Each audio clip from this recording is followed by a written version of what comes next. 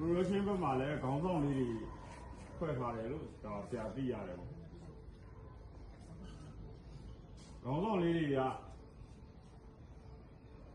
ခေါင်းဆောင်စိတ်ကလေးတော့အရင်ဆုံးမွေးရမှာပေါ့နော်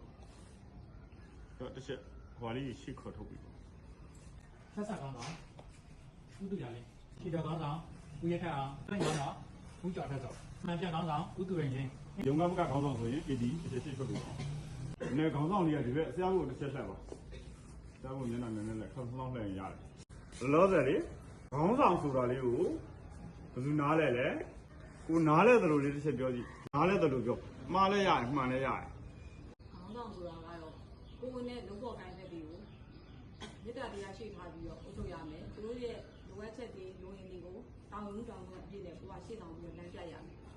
မတိနားမလဲလူတွေကိုကတင်ပြပေးနိုင်ပြီးတော့ဆက်ခေါ်ရမယ်ကျွေးထူးမှုပေါ့ခေါင်းဆောင်ကလမ်းပြဖို့ပါနော်ခေါင်းဆောင်ဆိုတာကိုယ်မွေးထားတဲ့မိဘမဟုတ်တဲ့အခါကျတော့အယုသေးခံခြင်းမခံဒါပေမဲ့ခေါင်းဆောင်ကခေါင်းဆောင်စိတ်မှန်လို့ရှိရင်ကိုယ့်ရဲ့အဖွဲ့အစည်းပေါ့ဥပမာဖြင့်9ယောက်လည်းဖြစ်စီဖြစ်မယ်10ယောက်လည်းဖြစ်စီဖြစ်မယ်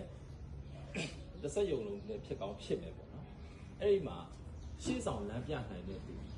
မယုသေးဘူးဆိုတာနဲ့ပဲဒီကောင်တွေပြောလို့ဆိုလို့မရဘူးမယုသေးဘူးဆိုတာနဲ့ပဲအားတို့ရဲ့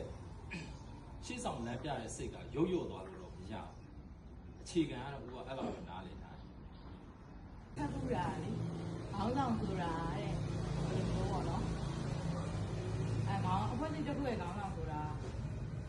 အဲ့ဒီအဖွဲ့အစည်းကအကျိုးခံစားခွင့်ရတဲ့အခါမှာယူရမယ်ဆိုတာတဲ့ပုံမှာပေါ့အနစ်နာခံမယ်နေရာမှာပို့ပြီးတော့အနစ်နာခံတာပေါ့ပုံမှာအပြည့်ရှိရင်အကုန်လုံးကိုလက်အောက်သားအပြည့်ရှိရင်ကိုကတာဝန်ယူပြီးတော့ခံနိုင်ပြီးတော့အကျိုးခံစားခွင့်ဆိုရင်တော့အကုန်လုံးမျှပြီးတော့ခံစားတာကိုခေါင်းဆောင်ကိုခေါ်တယ်နောက်ဆုံးရှိသေးလားမရှိတော့ဘူးဆိုရင်ဆရာနည်းနည်းပြောမယ်နော်ဆရာလိုချင်တဲ့ခေါင်းဆောင်ဆရာလိုချင်တဲ့ခေါင်းဆောင်ဆိုတာဆရာလိုရွှေမိတ်သက်မှာခေါင်းဆောင်တွေကဒေါသစိတ်ကိုလုံးဝမထားရဘူးဒေါသရှိတဲ့ဟာတွေကိုအားလုံးယူသိထားရမယ်ပြီးရင်ကိုယ့်ရဲ့အဖွဲ့အစည်းတစ်ခုထဲမှာအမှားတစ်ခုကြုံလာခဲ့လို့ရှိရင်ခေါင်းဆောင်ကအပြည့်အဝတောင်းဝင်ယူတော့ပါဒီခေါင်းဆောင်တွေပြောတဲ့စကားကိုနောက်လိုက်ကြတယ်နားထောင်သိချင်ပါတယ်နောက်လိုက်ကောင်းဖြစ်မှခေါင်းဆောင်ကောင်းဖြစ်မှာပါနောက်လိုက်ကောင်းမဖြစ်ရင်ခေါင်းဆောင်ကောင်းမဖြစ်ပါဘူး